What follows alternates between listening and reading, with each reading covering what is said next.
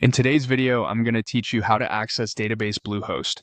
By the end, you'll know exactly where to click to reach your site's databases, review them safely, and open My Admin for deeper management. Start by opening your Bluehost dashboard and heading to My Account. If you're not already signed in, go ahead and sign in so you land on the main home area where all your hosting tools live. From there, look for the Websites section. This is where Bluehost organizes each site you host, so it's the fastest way to get to the right controls. Find the website you want to work with and click Manage. That opens the site's management panel, which groups everything you need: files, domains, performance tools, and most importantly for today, your databases. Next, select the Databases option. This takes you straight into the Database Manager. You'll notice it's organized into a few key areas. The Databases view lists the actual databases tied to your site, such as the one powering a WordPress install. It usually shows the database name and quick actions so you can interact with it without leaving the page.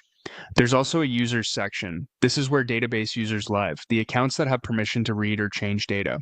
If you ever need to confirm who has access or adjust privileges for security, this is where you'll do it.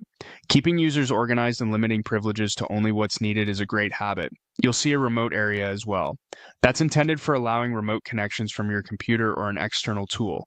Only enable this when you need it, add specific IP addresses rather than opening it broadly, and remove access when you're done to keep things secure. Back in the Databases list, look for the three-dot menu next to a database. Click it to reveal maintenance options.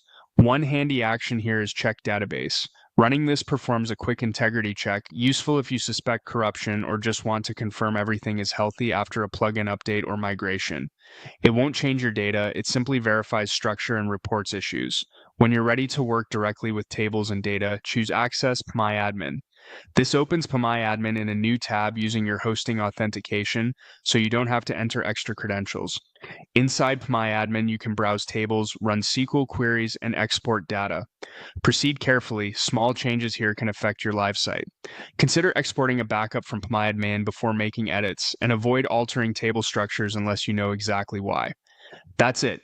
You've navigated from My Account to Websites, into your site's Manage panel, opened databases, reviewed users and remote, used the three-dot menu to check database, and accessed PMyAdmin for advanced management.